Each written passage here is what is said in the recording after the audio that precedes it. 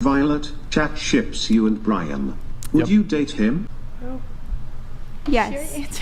You're a very pleasant girl, very attractive girl. However, because you have done for that sole reason, I would not date you. The thing is, Violet, you're actually a very pleasant person. You're very attractive. Thank you. You're 5 feet, right? Yes. Yeah, I like short women, so that's good. But because you've done adult content, I would not date you. Gotta weed me I'm not out. saying anything about you seem like a fantastic person, but just on that sole metric, there's videos of you online.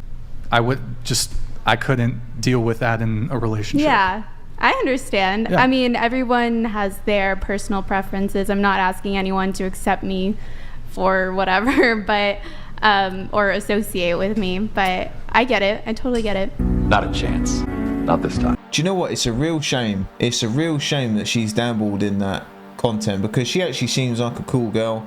You know, she seems like she's got a nice personality. She's attractive, but she's getting whapped online. Like, you know, no man should have to see and deal with that. And it's a shame that there's a lot of good girls getting involved in this because they think that's the way to go. It's empowering and all that crap. And she's an example of that. Post me, I post you.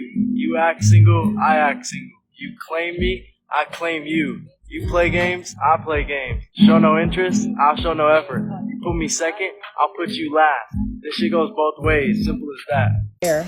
Mom, how much the ring cost, Mom? About $150, $200. And it lasts you 30 years of marriage? Yep. And I love it. How do you get there? You know these women be talking about they want $12,000 rings. What'd you think? True love is you love the person, not the actual material of it. Ooh, It's talk a to him. representation Talk to him then, Mom. Yeah, I really like what she said there. True love is you love the person, not the material attached to it. A lot of these modern women need to learn that saying. When your broad has to go to the bathroom real bad, go in front of her and take a 45-minute dump. Be a man. No Nut November or Dry January? I don't know. I love pistachios, and I eat pistachios, almonds, cashews, macadamia nuts. I love all of them. Yes. I couldn't choose, to be honest. Honey roasted? Not salty. Okay. Smoked? Never. Okay. He has no idea what she's talking about. Protect this guy at all costs. So let me get this straight. When women are ready to leave, they spend months planning on how they're going to leave. They tell their friends, they tell their family, they lie to their husband's face for months at a time. They stack money. They might get their own apartment. They might even have a plan to set up their kids at different schools. But they don't see that as deceitful or dishonest or harsh, and they don't understand why men are blindsided when women do this. And these women are actually praised. They did the right thing. He was so toxic. He was so horrible. He was blah, blah, blah. All the things. Yes, queen. And no, I don't mean domestic violence situations. I'm talking everyday relationships where the woman finally says that she had enough and she's claimed to be checked out for months at a time and she decides to leave. But when a man does the exact same thing in the exact same way, now he's a piece of shit. In fact, he won't even have his ducks in a row. His idea of leaving is to go sleep on his parents' couch for a couple of days and come back and try to reconcile. But yet, the men are just the pieces of shit. And the craziest part about it is if these women have kids and they bring the kids with them, there's little to no consequences for them bringing the kids with her. But if a man were to do the exact same thing, he would be looking at kidnapping charges or child endangerment, and he's going to now have to fight for his kids regardless now that she's taken them. She's spitting facts. And another thing she missed out is they've probably already got something set up with another guy as well. If they're leaving, there's usually another guy involved as well. The conclusive thought I have on this is if she's not happy, it's our fault. And if we're not happy, it's our fault. That's the way it's viewed. It really is messed up. And this is something the feminists won't talk about. Women really don't care about a man's struggles. They wait for the winners. It's why we see women leave relationships 7 or 8 times out of 10. And it's not because he's a winner. It's not because he's chasing excellence and accomplishing great things in his life. It's usually because things aren't working out for him. Is there anything you guys regret not doing when you were younger? Not doing? I know. Go ahead, Staying you together. Yeah. He was my first boyfriend when I was 18. Yeah, that was it. We went out for 4 years. Good job, honey. Yeah. And we broke up for 32. Yeah, we didn't see each other for 32 Now we're years. back for 5 and we're Yep. married a year. Yeah. So we man. missed out on 32 So, years. you know, it's real. Like, love is real. If it's meant to be, it's going to happen. What do you think is the biggest thing you guys did to work it out?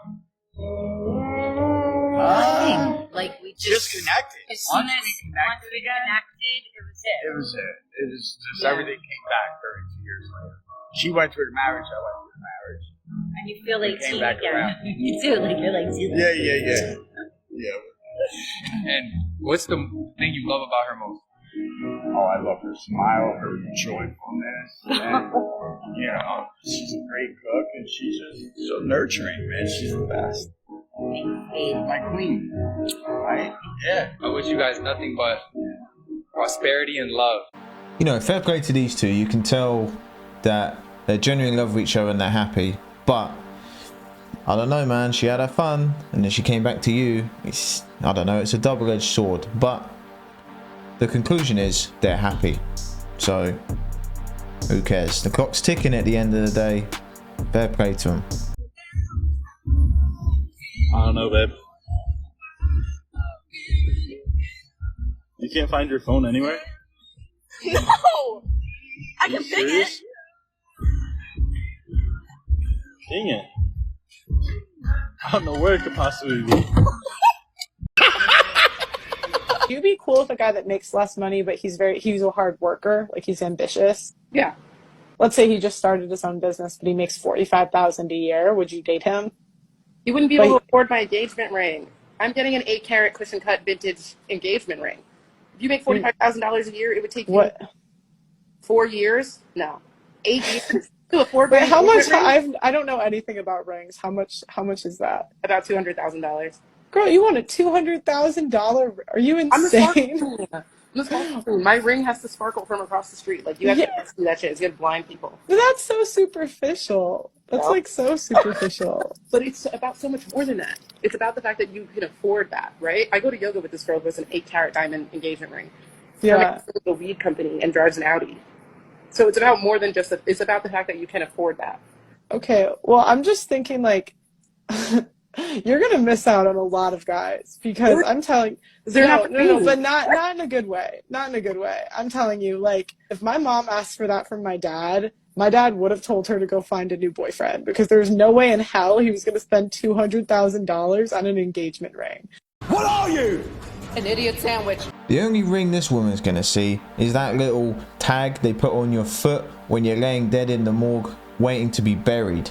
That's the only ring she's gonna flip and see. It's women like this that binge watch Netflix, talk all this shit for a few years, and then they go, oh, maybe I was a donut.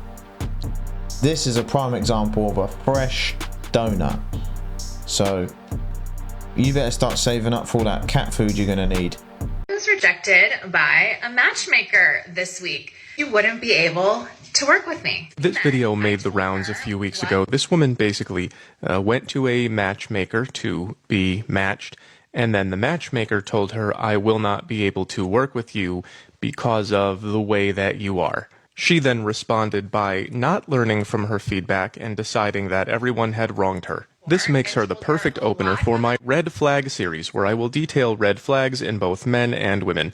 Mostly women, because you gotta go with what you know. So, red flag number 1 is intransigence, which looks like this. It basically means not changing your mind when you should. Here's what she said. I told her what I was looking for. I also told her I was looking for a man who was also a leader because I don't want to always be the leader, believe it or not. At or above the same income level as me, ready to get married. I'm a little high strung. I could never really be with a beta type man. I specifically used the word doormat. She could sense I had some walls up. She essentially said that I am not ready for her type of services because I have too much work to do. My walls are too high and I'm not ready for a long-term committed relationship.